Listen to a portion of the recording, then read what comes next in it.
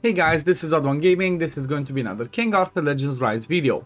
Today's video is going to be a big one because it's Wednesday, right? We have the Wednesday weekly update and we finally got something new going on, right? We got lots of events, but we also have a new hero. So I do want to mention that the way that I usually do these is I try to keep the review of the hero going over its kit not for day one. I like to usually do it for day two. So tomorrow I'm going to go over the hero, his kit, relics, you know, what would be the best builds and all that, because I really want to give the best information possible, right? I want to hear after one day, because, you know, big spenders usually in my community that I see, either from my community or from the CLS community, might get him, they might test him out, and that's going to be, you know, I can give a better opinion, a better understanding of, is he going to be worth to summon for or not? So definitely wanted to mention that first. But before we jump into it, right, before we jump into the dev notes, I do want to mention that there's a link in the description and pinned comment of this video that you can click to support me as a content creator, and by doing that, you know, you're going to support me, cost you nothing.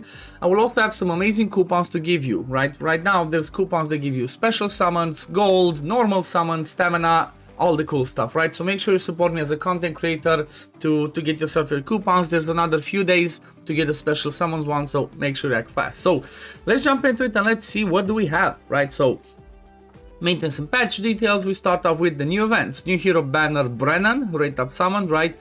He's one of the ones that we've been seeing in the story and stuff like that, so he might be interesting.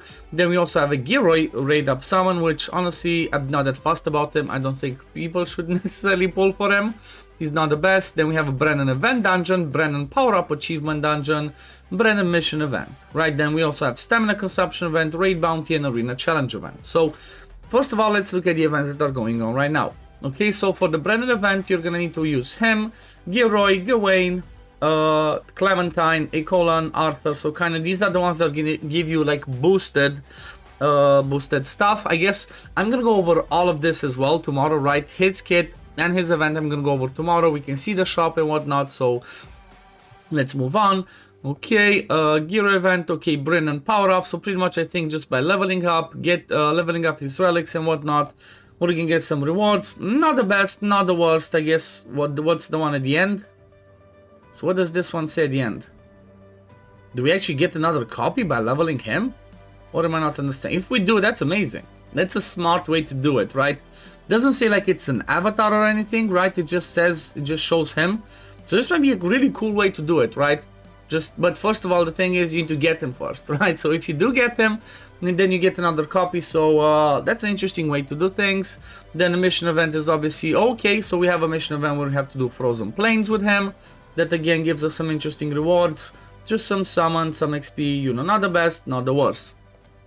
Okay, stamina consumption event, pretty straightforward. Mostly give us gold and some other miscellaneous stuff. Then arena challenge, as usual, just gives us stamina. Then bounty event, again, rewards just as always, pretty much stamina. So these are pretty straightforward, right? Pretty straightforward events. Just it's really interesting, this one, where if you level him up, right, but you have to get him first. If you get to the 3,000 points, you get another copy. Let me know in the comments down below. Did anybody actually do this? Do we get a copy of him or not? Because, you know, I do not want to share wrong information, but that's what it looks like to me. Okay, let's continue. So check out event notice, ballast adjustments, rate up hero Gilroy. Okay, they're balancing him, so that means he might be worth pulling for. So before he used to have Oran, Frozen Plains, and Arceus. Now activates Arena, Frozen Plain, and Clan War. So I guess no more Arceus. Instead of effect accuracy, gives him attack. Okay, that might make him hit harder, that might be good. Okay, passive 3, enduring mark. Used to be 100% chance to land a decay when attacking, now it's 100% chance to land, and available uses it's 4. Okay, so they increased the uses, they increased the cooldown, so this means it might be better, because if you don't kill it in those, you know, 2 turns that you have the availability, or like whatever is that, 4, 8 turns about that, it's not going to be good enough. So the fact that they increased it, I think it's a good thing. Okay, Flame Relic, Curse Place, used to eat up 15% of his max HP, now it's only 5, so that's better. Everything else stays the same. Then Flame Relic active skill 3, used to, so let's see, same damage, same recover disruption, additional damage, ignores defense. Okay, so that did ignore defense to it at least, which means he should be hitting harder, because he was hitting hard, but not too hard, right? Not the best, he could have done a bit better. Let me just zoom it a little bit more. Then Frost Relic active skill 2 consumes less HP, does the same effects of... Okay, so it swapped effect accuracy into hit accuracy. Attack speed is the same attack gauge, and same recovery. So they just reduce the amount of HP he loses, and also change the effect accuracy to hit accuracy. I'm not sure if this is better or not, but you know what? This might be better for Arena, right? Where you don't really care about his landing his debuffs, more about damage. So if he's gonna do more damage, that could be good. Frost Relic 3, okay, it's same hits, same damage, recover disruption. Again, they added 10% defense ignore, which again can be really good. So that's a good stuff. Then let's see, Storm 1, active skill 2, loses only 10% HP, same crit rate, attack speed, and attack gauge increase, and same thing. So this one they just reduced the HP that he loses. I guess 20% was a bit too much. 10% is a little bit better. Okay, Storm Relic active skill 3, same amount of damage, same recover disruption, same additional damage, they just added the defense ignore. So honestly, the total amount of damage that we see with that ignore defense, he might actually be a solid damage dealer now, right? If somebody actually has him built and test it out, again, let us know in the comments down below. Is he a beast now, or is he just not good enough still? Okay, Chivalry tier 1. Let's see, 100% chance to affect resistance decrease, same thing, but they also add crit damage increase. That makes it better, because the effect resist decrease is, you know, it's not the best, especially because you need effect accuracy. So at least if you don't build it for accuracy and just for damage, at least you get this, right? You get the chance to get yourself, the crit damage increase. Chivalry 2, they swap the resistance to attack, makes sense, because he's a, you know, he's supposed to be a damage dealer and debuffer. Chivalry 3, tier 3, the double number of skill uses changed to unlimited. Okay, that's a bit better. Targets, ignores targets effect resist when attempting to inflict healing decay, which makes it perfect, because if you don't want to give him effect accuracy, but you still want to land this one, if you get him Chivalry 3, you know, just to build him as a damage dealer, he's still gonna bring this, and also has a chance to inflict defense decrease. So this is a lot better. Chivalry tier 4, let's see, this one they just changed the cooldown by 3 turns instead of 2. Chivalry tier 8, which usually is the best one when attacking, deals additional damage.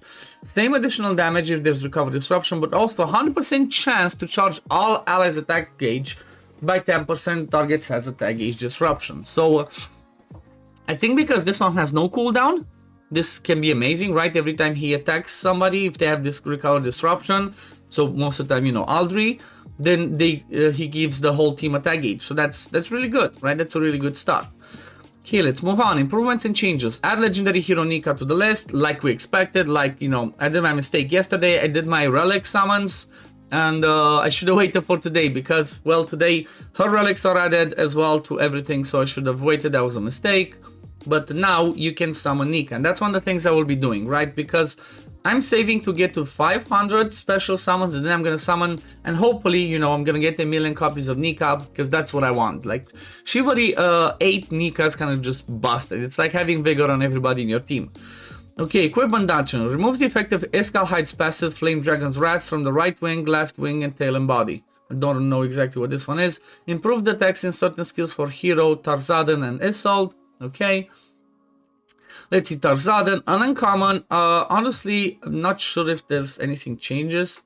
What's this? Wait a second. He's not one of the units. I think he's is he actually?